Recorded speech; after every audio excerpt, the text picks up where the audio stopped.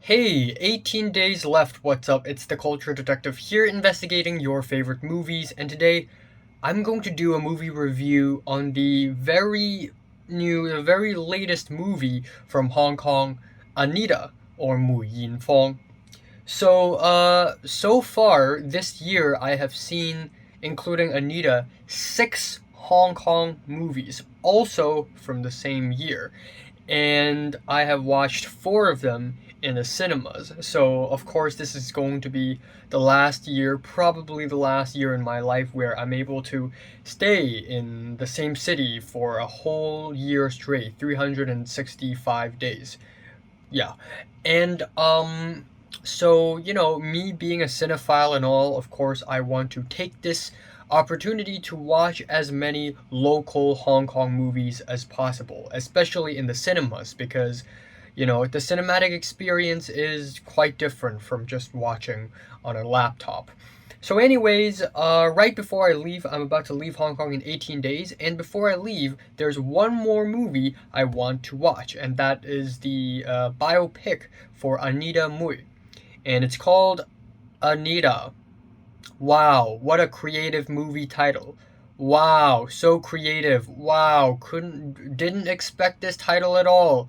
And the Chinese name slash the Cantonese name for this movie is Mu Yin Fong, which is literally the name of the person that this biopic is about. Wow, such a creative title. Definitely couldn't think of it. Wow. So, finally, yesterday, me and Pink went to the cinema and watched this movie. And it's been a while since the Hong Kong film industry had promoted a film this hard. I mean, there were posters all over the city.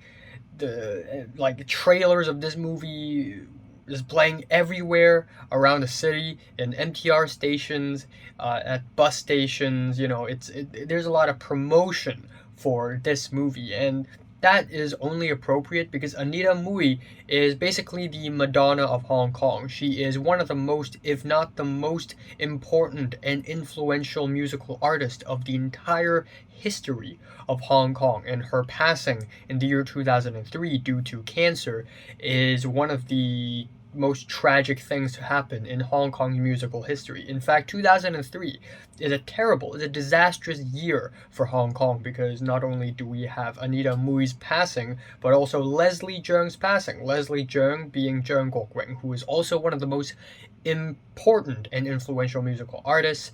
His suicide on April 1st was very sad news. And on top of that, in the year 2003, Hong Kong also has the SARS epidemic, which killed a lot of people and spawned a lot of paranoia and fear. So, this movie really comes from a genuine passion for Anita Mui. And this movie is also 2 hours long, and in other countries in the world, USA, UK, movies being over 2 hours long is like fine. It's fine, people will still watch it. But in Hong Kong, people have apparently shorter attention spans. So it is rare to see the Hong Kong movie industry promote a movie that is actually over 2 hours long. But here it is, Hong Kong's very own Bohemian Rhapsody, Anita. And I must say that I am quite disappointed. I mean, going into the movie, I didn't really expect much, but I left the movie a bit disappointed because this movie feels like it has a lot to say about Anita Mui and and her development and her growth and how she came to be at the end, but perhaps it has too much to say, and all of the things the movie wants to say is said too fast because at the end of the movie, this feels like a compilation than a story. This feels like a bunch of short clips of Anita Mui's life, and none of them actually connect to one another all that well, and it just feels kind of like a bunch of blips. They just don't have as much impact as I would have liked them to because the movie doesn't explore any of these blips deep enough. What I like about this movie is that this movie has the production value.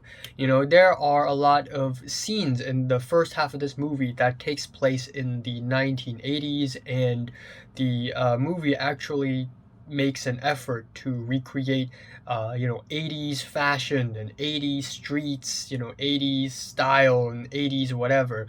So there's that, and people actually really like it because that kind of stuff is rare in Hong Kong movie industry nowadays. People don't make period films nowadays because people are sick and tired of period films.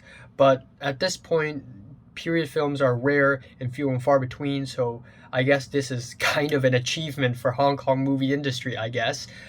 And aside from that, that's all. The actress who plays Anita Mui, Wong Dan, Louise Wong, is fine. I don't think her performance is great or anything. It's just fine. It's totally what you would expect, and it's nothing all that special. On top of that, the character of Anita Mui is not compelling at all. In the ending for the movie, this is supposed to be tear jerking. It's supposed to be a very emotional ending. But unfortunately, at the end, I didn't feel emotional at all, and that's mainly because the movie makes no effort to make Anita Mui's character in the movie compelling or powerful or captivating or anything. Throughout the whole movie, she just seems like a regular human being who sings songs, and that's it. The movie doesn't dive deep enough into her character in order to make her relatable. And there were a few moments when the movie almost does that, but almost. Like, there's a scene towards the last leg of the movie where Anita Mui accidentally pissed off a gangster member, a mafia member in Hong Kong who runs a bar. And because of that, the mafia got pissed off and they wanted to hire people to find Anita Mui and do things to her, I guess. And during that part of the movie, Anita Mui and another person who's also trying to run from the mafia were hiding in Thailand. And this would be a really great opportunity for the movie to explore Anita Mui's insecurities and her, inner thinking, her mind, and how she's actually doing inside. But instead, the movie just shows Anita Mui acting sad and taking pills, and that's it. It doesn't dive deep enough. And also, during that Thailand hiding sequence, there are a few scenes where it's clearly a Wong Kar-wai ripoff with the slow shutter speed, slow-mo scenes, which I find really cringy and totally like out of place in the overall context of the movie. Also, I forgot to mention that some of the most important parts of Anita Mui's career is skipped in this biopic because it would have pissed off the government. Like when after the Tiananmen Square massacre happened, Anita Mui actually participated in an event to sort of voice her support for the massacre victims. But of course, the movie cannot include this because if it does, then the government right now will ban this movie, so it can't show this now. RIP, RIP. And the movie also, like, briefly grazes over some of the most important topics in Anita Mui's life, like her relationship with Leslie Cheung, and Leslie Cheung barely shows up in the movie, and I get it. This is Anita Mui's movie. It's not about Leslie Cheung, but Leslie Cheung is a really important person, and the movie barely has him in it, and Leslie Cheung shows up briefly in the beginning, and then he just disappears. And then at the end, when Leslie Cheung killed himself, at the end, he shows up again as if he's a super important character. But he didn't even show up for a majority of the movie. We don't feel anything. Even though this is supposed to be a very emotional moment, we don't feel anything because he's barely in the movie. The movie just grazes over these topics and then just ignores them as if they didn't even happen in the first place.